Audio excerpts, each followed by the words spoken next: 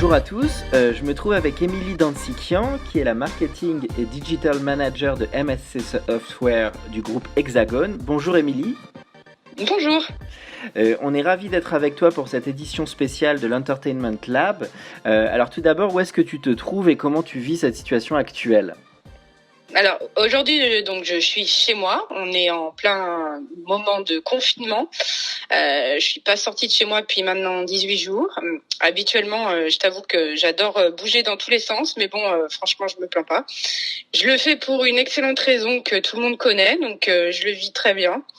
Je vais bien entendu parler de cet aspect du Covid, mais plus des aspects au-delà de l'activité professionnelle de cette situation. Donc c'est vrai que c'est quelque chose qui est inédit.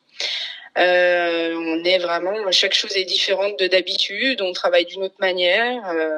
Mais si on tourne les choses en positif, donc au niveau activité professionnelle, c'est vrai que j'ai remarqué qu'on en devient créatif.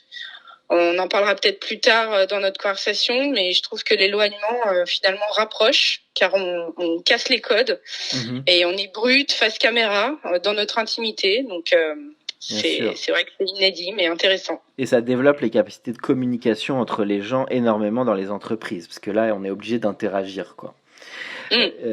Alors ton parcours en quelques mots, Émilie, est-ce que tu peux nous dire en quelques mots, quelles ont été les grandes lignes de ta trajectoire ?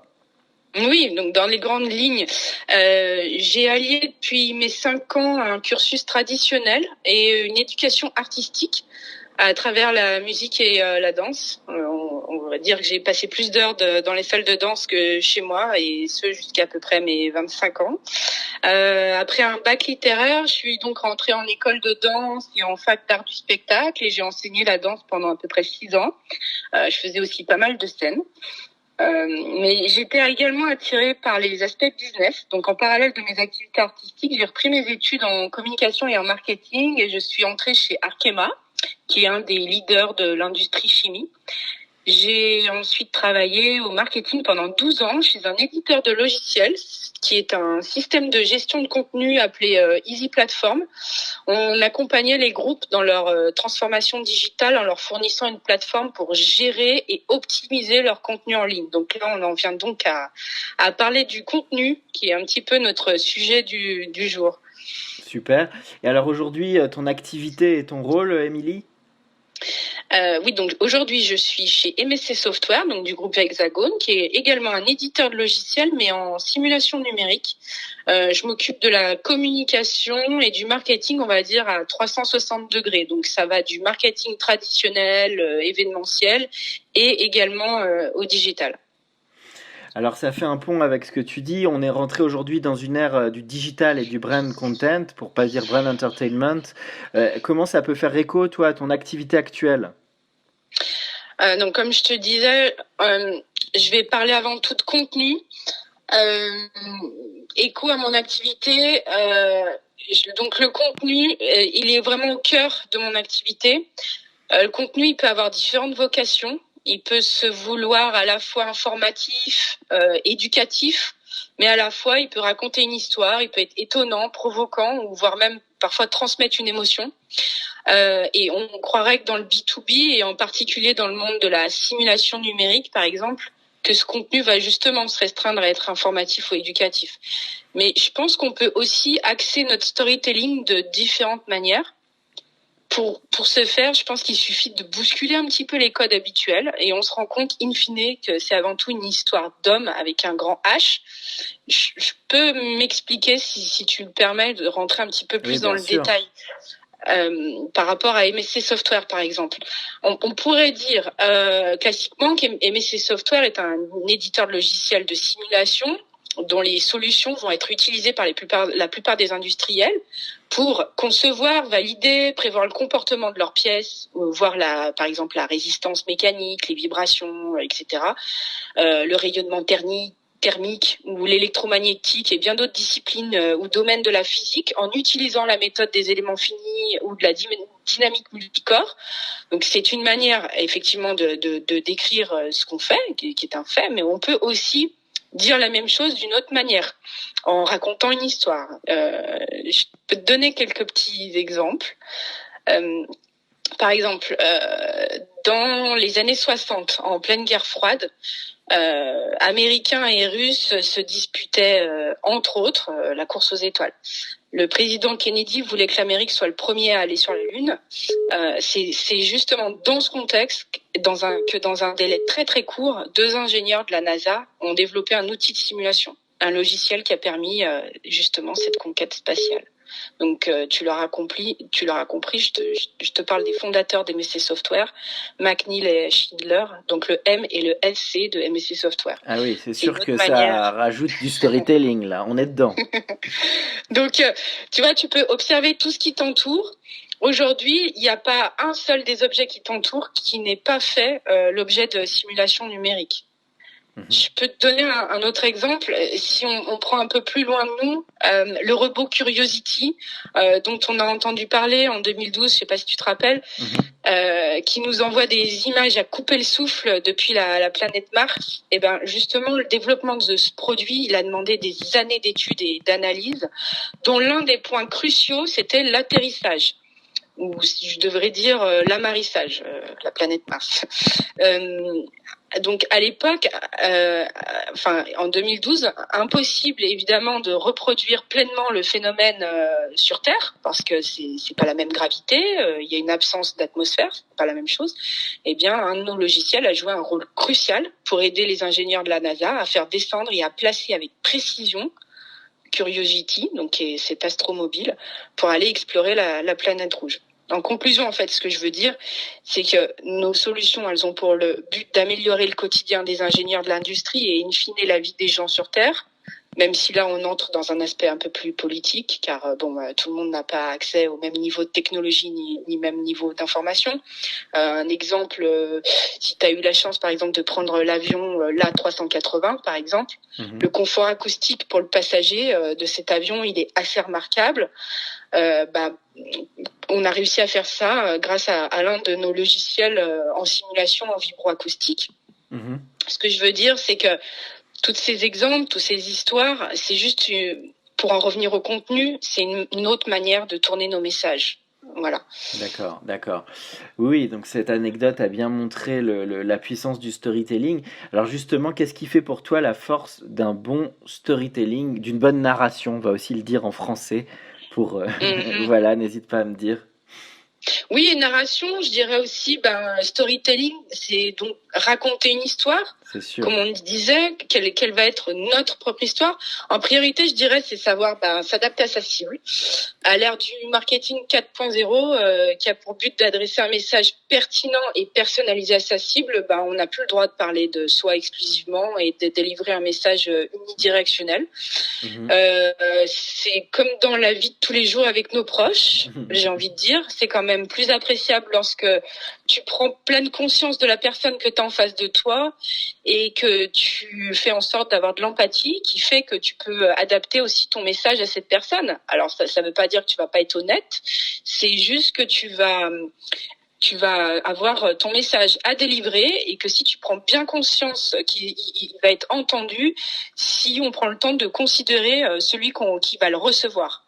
Donc une fois qu'on s'adapte, qu'on sait à qui on parle, on doit également de notre côté garder notre authenticité et ensuite on va raconter notre histoire avec notre personnalité et traduire une authenticité tout en adaptant notre message à la cible, en lui racontant ce qu'on va pouvoir lui apporter et en adaptant aussi tout cela au canal qu'on va utiliser pour le délivrer, parce que c'est vrai que on va pas communiquer de la même manière sur un article ou sur une vidéo, etc.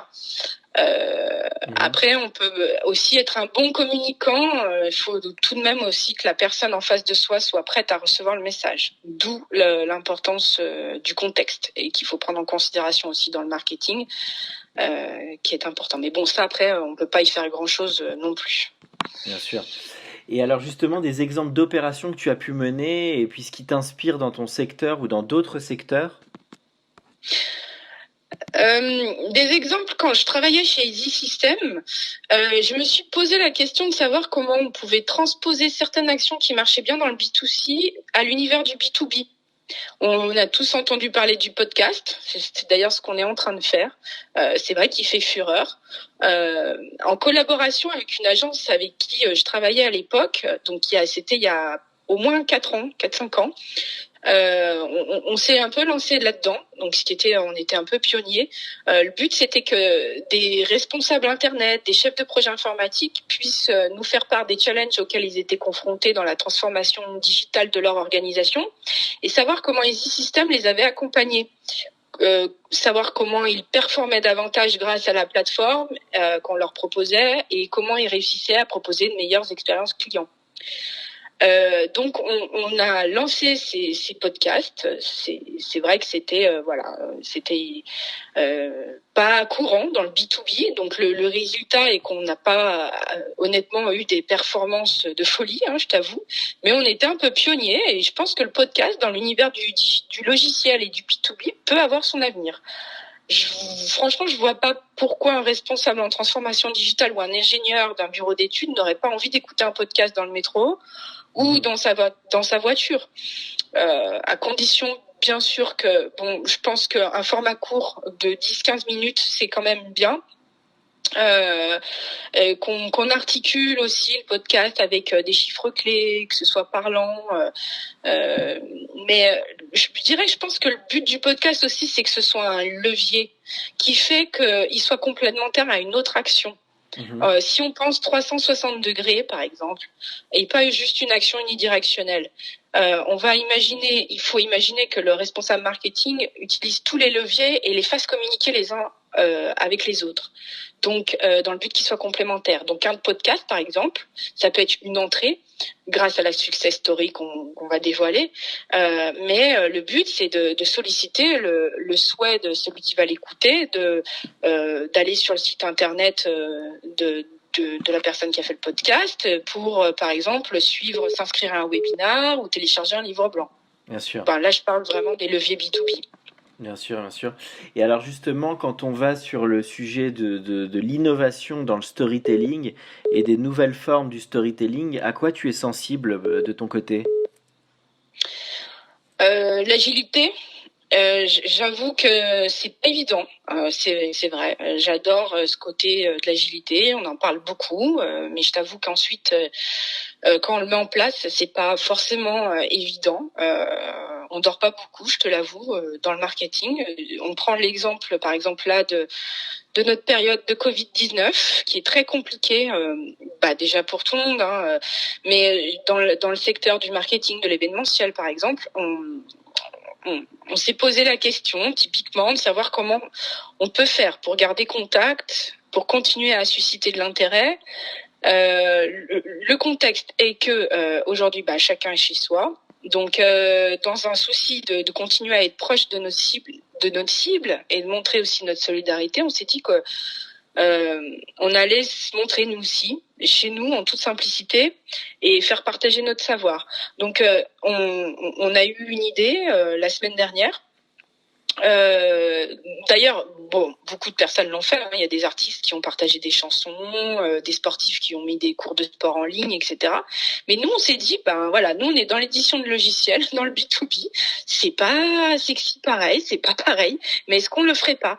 Et effectivement, on s'est dit, on va proposer d'être proches et tous les mercredis de faire une pause café digitale.